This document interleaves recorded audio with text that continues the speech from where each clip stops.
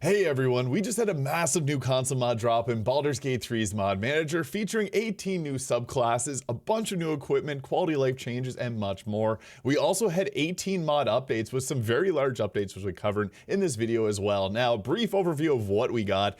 The DTO Otherworldly Archetypes brings in 12 new subclasses to the game, including like the Chrono Knight, the College of Storm Calling, and the Path of Revenant Barbarian. We also got the Crusader Fighter, the Dark Ranger class with some subclasses, the Oath of Redemption Paladin, Divine Right Sorcerer, Cuddle Astarion, extra weapons, 5e weapons, scythes, and so much more. Now, at first glance, this mod drop does not look huge, but honestly it is. There's a lot in these mods, including a ton of new Eldritch Invocations. But first, we're going to talk about the DTO Otherworldly Archetype subclass mod by Zaylen here, which stands for Dalen's Testament of the Otherworldly. Much like patch 8, this brings in a new subclass for every single class in the game. So we got the Chrono Knight Fighter, the School of Bombardment, Wizard, Seeker, Rogue, Cleric, Dream Domain, the Circle of Wrath, Druid, College of Stormkeeping Bard, Wretched Soul, Sorcerer, Barbarian Path of Revenant, and the Warlock Psyker here, alongside the Path of Oath of Illumination Paladin, Dawn Strider Ranger, and the Way of the Friar Monk.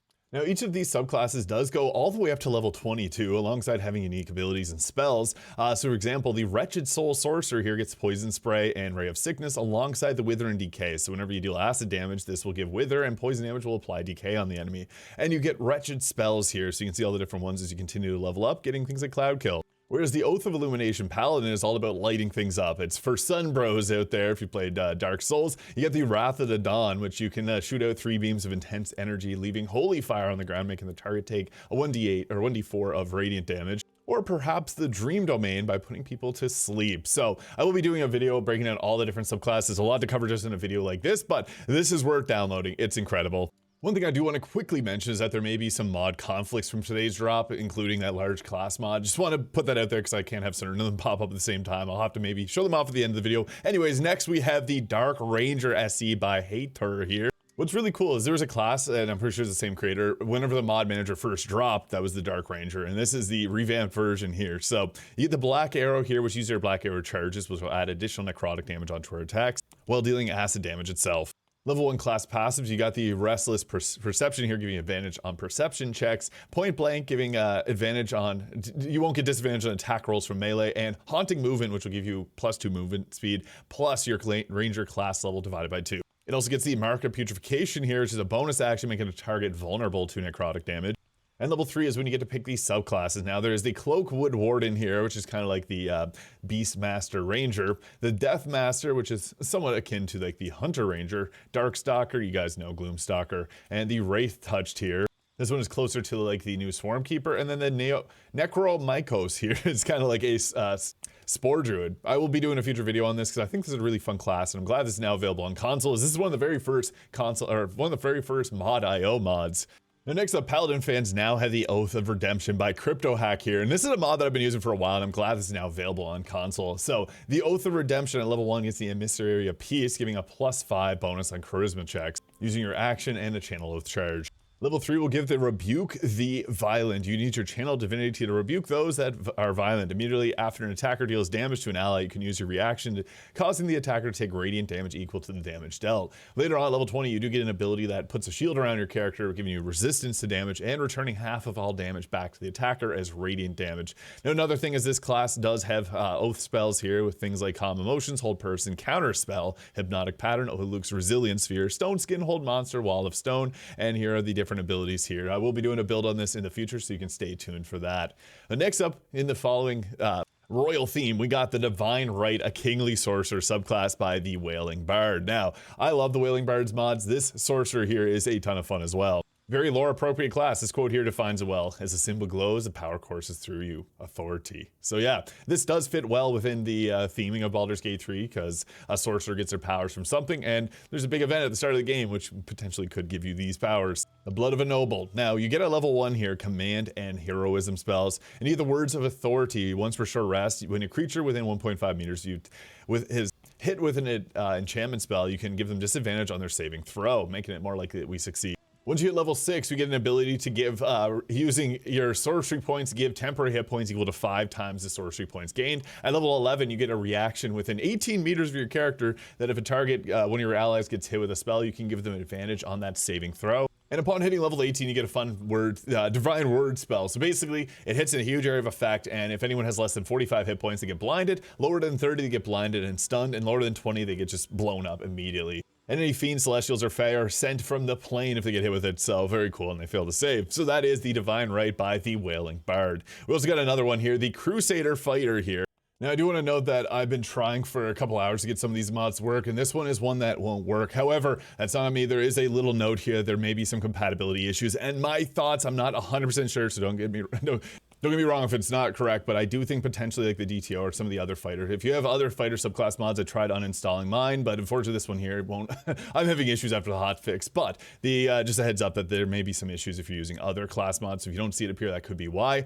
But this one's kind of like if a fighter and a paladin kind of came together. You get proficiency in religion. Whenever you target yourself with a spell, you can do a bonus action attack. When concentrating on a spell, you get advantage on the mental saves. Strength of Fate, you can add half your strength or dexterity modifier to your spell save DC and spell attack rolls. And while you're concentrating on a spell that targets yourself, damage will not break your concentration. You also get the Sanctified Charge and Brilliant Blade there, which can blind the targets. This is cool. It's balanced, and that's one thing that the Wailing Bard does well, is keep all their classes balanced. I did use this one a little while back whenever it dropped, so I can confirm it is fun, but there may be some issues, so I just wanted to highlight that there.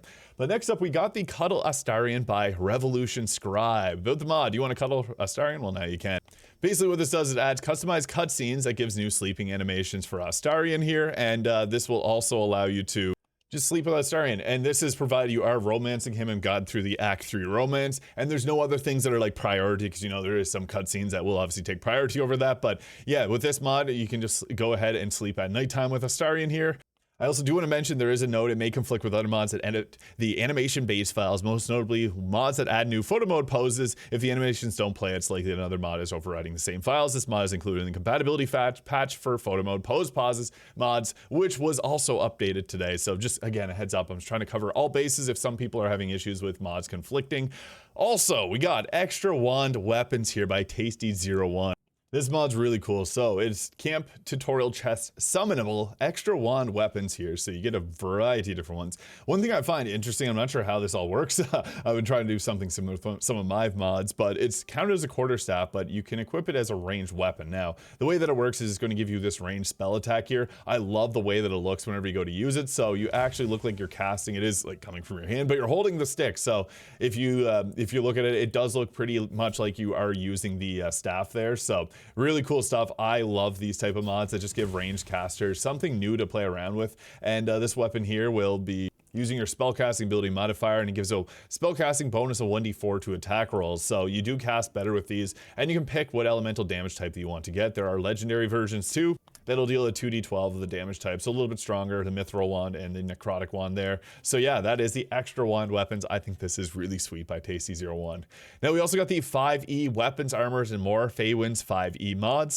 This is another one that's kind of hard to show because they are listed as unique items, so only one version of that item will appear. And some items are listed as boss drops, meaning that if you've already visited the areas, level in these areas will not drop. So that's something that does occur with level maps. So if you download certain item mods that appear in the overworld, let's say in Act 3, and you're in Act 1, you're fine. But if you're already in Act 3, that level map's already been loaded into the game, so sometimes those items don't end up properly loading in. So just a heads up, you may need to start a new game when you're using this, but I'm just going to quickly go through some of the different items here. You can take a look on the mod page as well. Very hard to showcase outside of just this because I've been having a bunch of mod issues and starting new games have not been going smoothly. Let's hope we'll see a hot fix for Baldur's Gate 3 soon. That's why I've been posting less Baldur's Gate 3 content. I'm very sorry for that, but there are issues that are making things a little bit more challenging right now with crashing and drops. So yeah, this mod though drops in a lot of unique items from 5th edition Dungeons and Dragons, and it's definitely worth checking out. And it's all cool because it's going to be spread throughout the world. And next up, we got this Scythe Superpack by Purple Wallery here. Now, there's the Eastern Superpack I'm a huge fan of if you like the katanas. This is a great follow-up because this adds in a bunch of scythes into the game. So you get yourself this big old wooden trunk full of these weapons, and like their other mod, there's a bunch of different elemental damage types that are powerful or weak. Depending on how strong you want them, you can have a weapon enhancement +3 with whatever additional damage die you added onto it. These look really cool. It's kind of like the Visions of the Absolute Spear. It has that like skull on the end here, and you actually wield it like an actual scythe. So I really enjoy this because yeah, I'm always for weapons like this. I love necromancer style builds. And this is basically functions as an extra reach two-handed sickle. There was not enough sickles in the game, so now we have this here. And I gotta say, this is a really fun one. I love Scythe weapons. They're just so cool. So if you're looking for something new, the Scythe Superpack's for you. Now we got Boo Evolved. I love these mods by Xaon, and I'm a big fan of Boo. So with this mod, you basically get the ability to level Boo up, and he is like a 4 elements monk. So this is really cool because he gets a bunch of different elemental abilities here. And yeah, as you continue to level up, the bite damage will continue to scale up as you go all the way up to level 20. And there's a fun ability if you place Stone Skin on Boo, he'll get Stone Lord Boo, which lets Minsk do an additional 1d bludgeoning damage on top of the 1 flat damage whenever he throws Boo. You can get this Bark Skin too, but you know, you get some 1 additional 1d4 bludgeoning damage. So use Stone Skin on Boo for some extra damage, and he continues to level up and get more abilities. And next up by Xaon as well, we got the Quothe Evolved. So the Raven here transforms the Raven you get rewarded from he who was into a Death Domain mini companion that delivers in the Raven Queen's name. Now this thing is functioning somewhat like it is a Death Domain cleric, which I think is pretty interesting. So it gets shadow spell slots instead of regular ones and a few different abilities there. And I do plan at some point covering all the different evolved mods by Xaon. There's just so much to each of these, and Baldur's Gate 3 has not been cooperating with me lately, but I would love to cover these because there's just so much great stuff about these. If you like any of these characters at all, it's worth downloading these mods. They're just so much fun. And we got another mod. This is another one from Xaon, not an evolved mod, but this is really sweet. Food Express. So this will basically make it so that when you pick up camp supplies that normally get added to your camp supply sack, it'll go to your camp chest. You can still use them just as smoothly if you're doing a long rest. Great quality life, just so you don't have to lug around a bunch of food. I think this is great.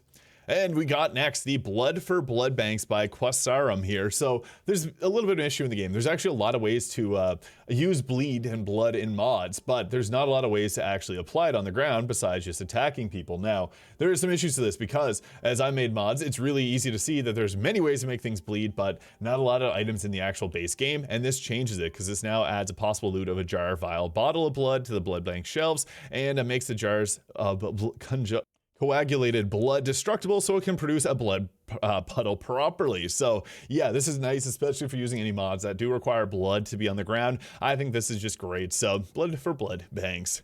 Next we got Granny Weapons. So this gives chest full of weapons like the other Granny weapons, and this will put it into right as soon as you get into the tutorial, off the tutorial chest here, or to your camp chest as well.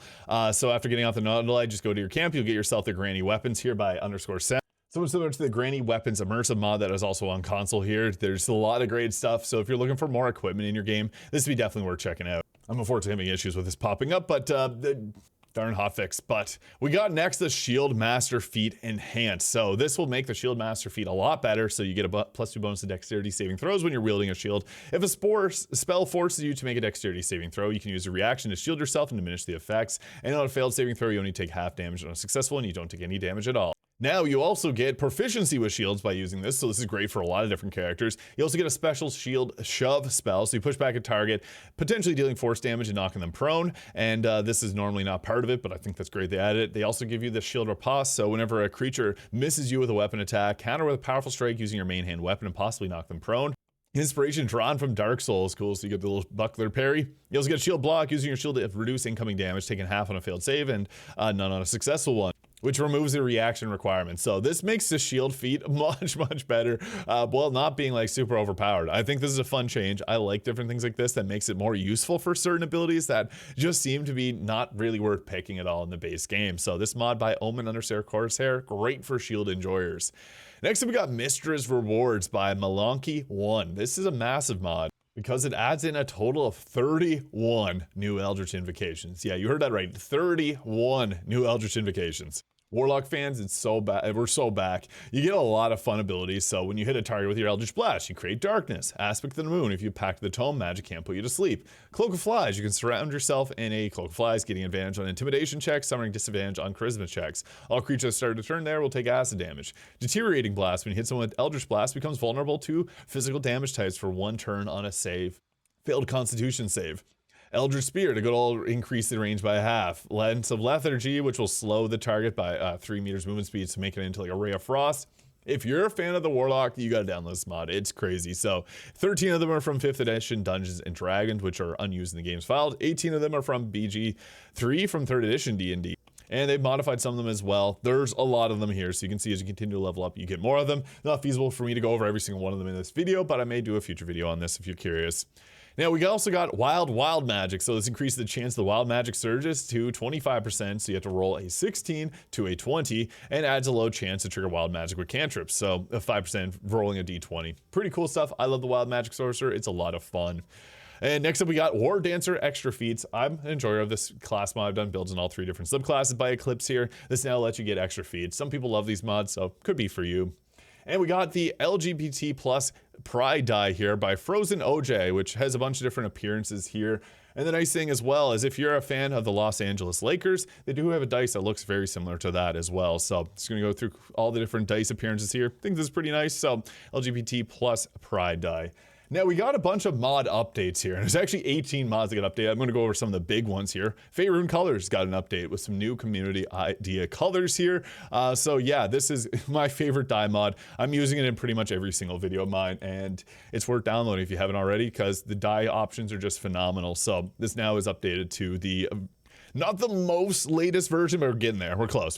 We got more dye colors at least. So yeah, this is sweet. We're always looking forward to more updates for this. Now, Ancient Mega Pack plus REL Random Loot got a pretty big update here. They are working, Paramanov's working very hard on it. Here's the latest mod update from a week ago. So you can see there, many changes are coming along with this mod, and we just got ourselves the all right, found it here. So this is the update on February 24th. They do updates so much. And you can see here all the updates. I'm going to quickly go through, like, there's just so much information here. They do an incredible job of keeping this mod updated. This is all just like within the last month. And then here's from February 24th to now, not even a month. And you see all these listed out changes to the mod. They do an incredible job updating this thing. So it's worth checking out. If you want something that completely like overhauls the game, this is one mod to check out.